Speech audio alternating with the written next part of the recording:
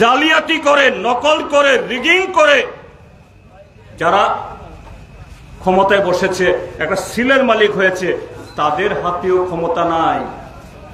কারা? সংবিধান বহির্ভূত আরেকটা শক্তি, তাদের নাম হলো মন্ডল, মোর্চা, পৃষ্ঠা প্রমুখ। সংবিধানে কোথাও লেখা আছে মন্ডল থেকে সই আনতে হবে?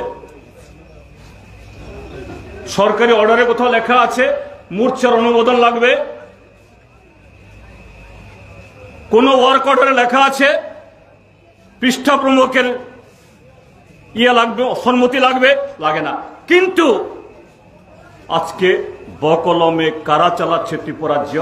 মন্ডল, মোর্চা, পৃষ্ঠা প্রমুখ। এরা ওই যে জবরদস্তি করে নির্বাচিত হয়েছে, অনেক তার বেশিরভাগ তারাও না।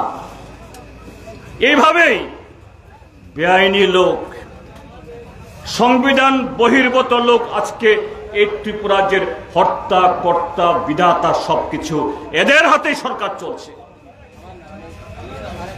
এই ত্রিপুরা রাজ্যে যাই টাকা পয়সা আসে সব তাদের পেটে ঢুকে যায় আর ছিটে ফোটো জনগণের কাছে আসে।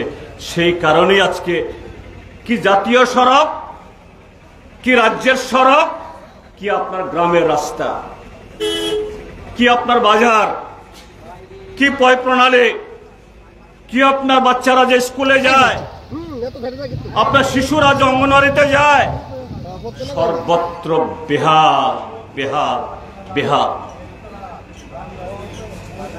কারণ এরা মানুষকে ভয় পায় না, দায়বদ্ধ না, জবাবদিহি না।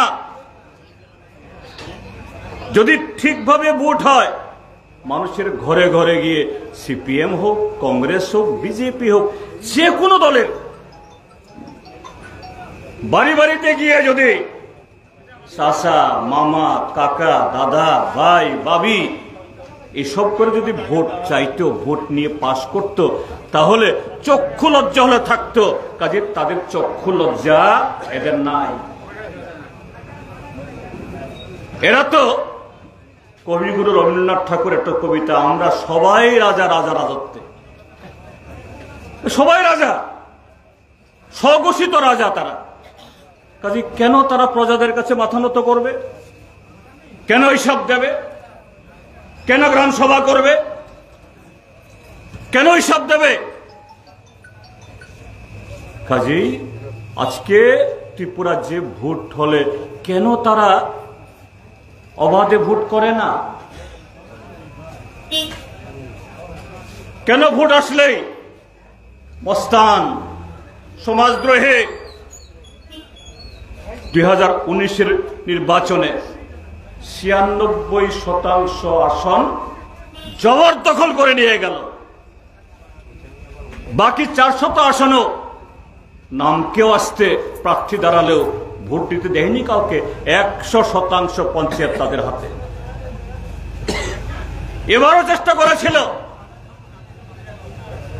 আমি ভারতের কমিউনিস্ট পার্টি মার্ক্সবাদীর এ রাজ্যের সম্পাদক হিসাবে, গণতান্ত্রিক আন্দোলনের একজন সৈনিক হিসাবে,